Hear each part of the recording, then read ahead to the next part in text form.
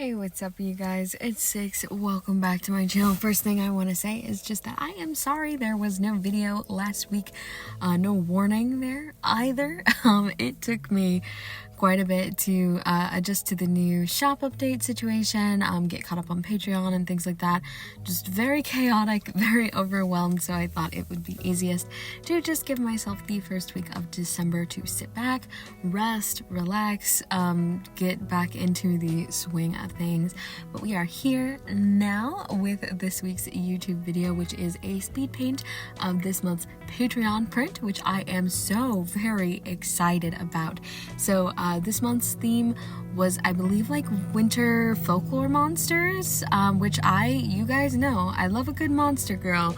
And so when it came to researching character designs, or not character designs, rather types of characters that I could make designs after, I stumbled upon one that I thought was very fitting. The first one obviously was a Yeti.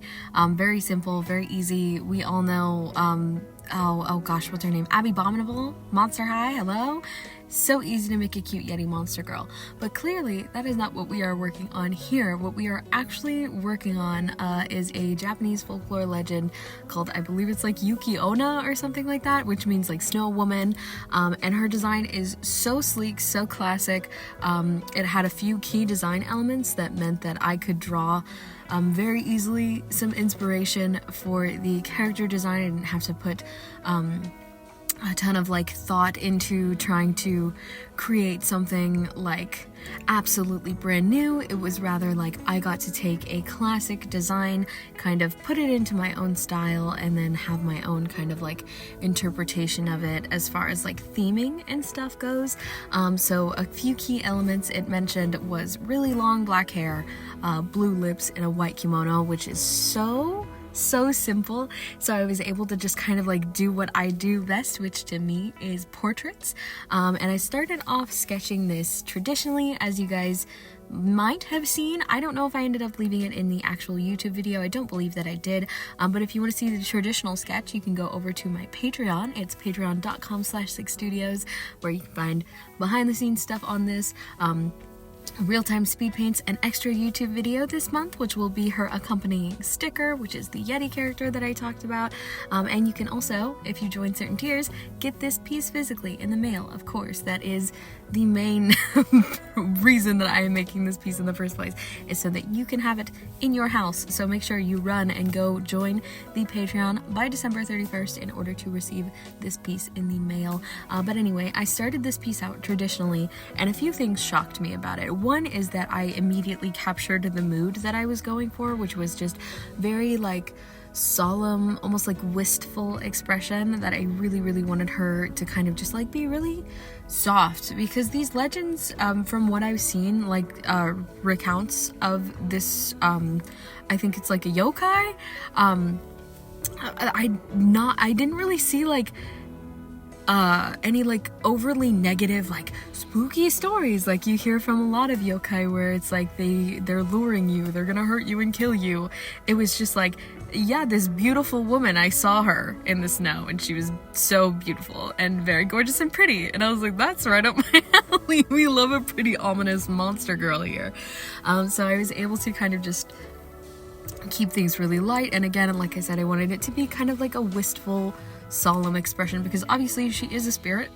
So I didn't want it to be like super like upbeat or anything like that, because obviously spirits don't tend to be super happy. I'm sure there are a few yokai that are just like happy little dudes, but this character in particular, it just wasn't the kind of vibe that I was getting for.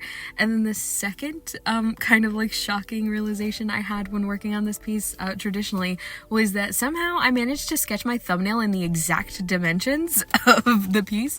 Normally I'll sketch up like a vague rectangle shape and I'll end up having to crop certain elements or like move things around or stretch things out, add things here and there because I didn't frame it properly in my thumbnail. My thumbnail was like maybe like too wide or too short or something like that. It was exactly 4x6. I was shocked. I was like, how did I manage that? Because it was a tiny little thumbnail. So it wasn't exactly 4 inches by 6 inches. Obviously, it was like shrunk down with the exact right proportions. And so when I had stretched it to start doing the liner, I was like, whoa, that's talent. That was magical. I can't believe I did that.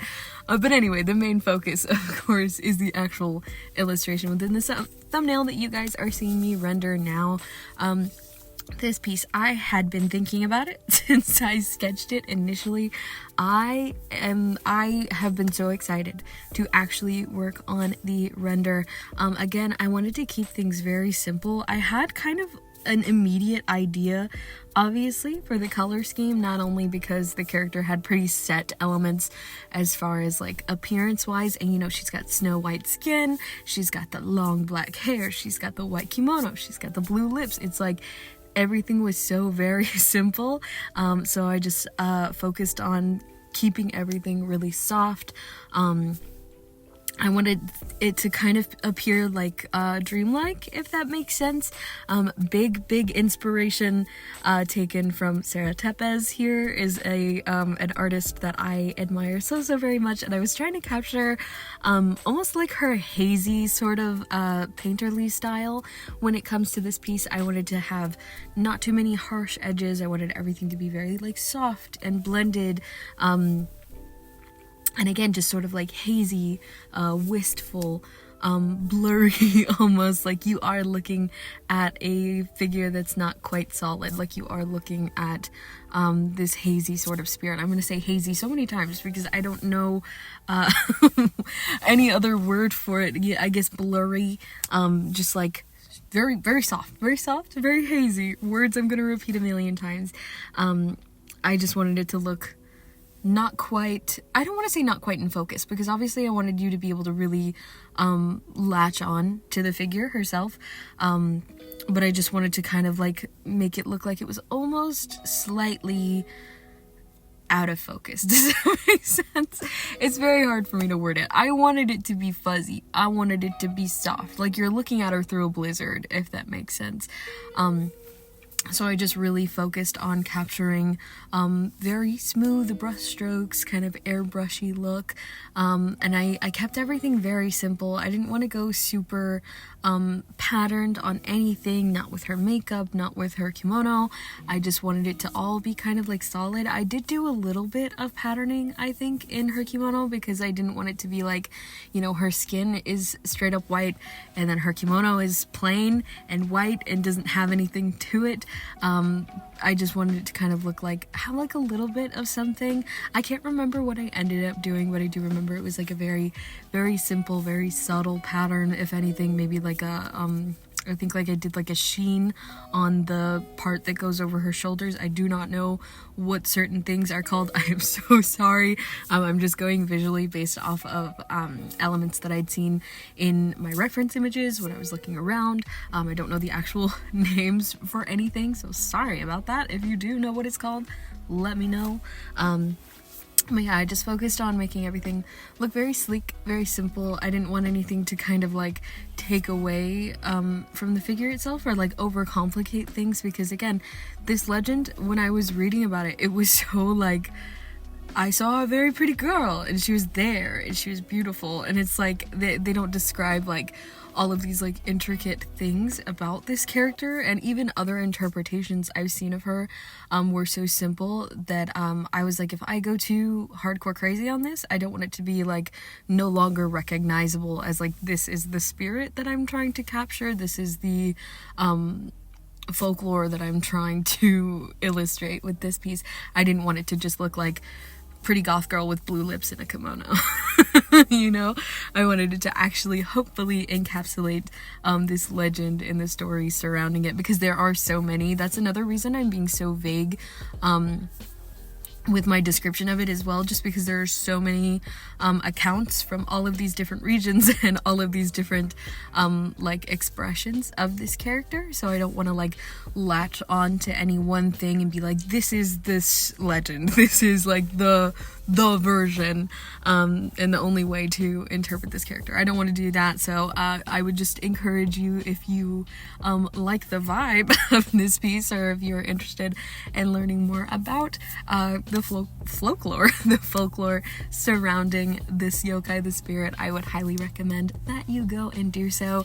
There are tons of articles around this. One more thing that I want to mention before we close out this video, as you guys are seeing me wrap this piece up, I do want to mention, I hope you enjoyed this piece. One more time, go check out the Patreon if you are interested in getting her in the mail. Completely unrelated, this is hilarious to me. As I was choosing the spirits, the folklore legends for this month, like I mentioned, I knew that I was going to do a Yeti, and I didn't know what the second character for the print was going to be, and I started looking around, and I found this character, oh my gosh, I have said yokai so many times in this video that I forgot what she's called. I think it's Yuki Onna.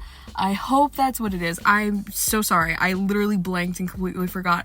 But the funny thing to me, getting back to that, what I thought was hilarious was I stumbled upon this spirit completely separately of the Yeti character, right? But then when it came to making my Yeti character in the Patreon video that you guys will see if you're a patron, is that when I was looking up other inspirations, because I didn't want to just draw from Abby, obviously, I wanted kind of like my own vibe and things, so I wanted to see how other people might have interpreted a Yeti monster girl. I searched Yeti monster girl in Google Images, and I found out that it is such a common ship trope. There's like somebody that has really popular OCs, and if they are problematic, don't tell me, because I don't know anything about them and I did not research them for this video. I just happened to find out when I searched Yeti Monster Girl that there's a creator that has a Yeti OC that is dating this yokai, this spirit. She's her girlfriend, I think. That's what I interpreted from the Google Images. I was like, you're kidding. I picked these totally separately, not knowing that there's a creator out there that ships these two. So that is so funny to me. But anyway, I, of course, if you're still watching this far, want to give a huge shout out to my patron. We have, as always, Elise Thompson, Duran, Mandy, Sleeps, Created by Twins, Inkimu Art, Psychwalker Art, Vishnu Flesh, Akita Kai, Watery Turn, Daru, and our newest patron, Aurora. Thank you so much for joining. It genuinely means so much to me. And the last time I'm going to plug this in this video, I promise, if you want a shout out alongside these awesome people, as well as early access to this YouTube video, a whole extra exclusive monthly video, behind the scenes sketches, physical prints and rewards and stickers, and commissioned in shop discounts, because by the way, this shop is back up and running. It's linked down below in the description, alongside all of my other stuff, including the Patreon that is also on screen. Then you can do that by going and joining by December 31st if you want to get this piece, or just joining any other time if you're watching this video in a different month for some reason. Anyways, I love you guys so much. Thank y'all for watching, and I'll see y'all in the next one. Bye.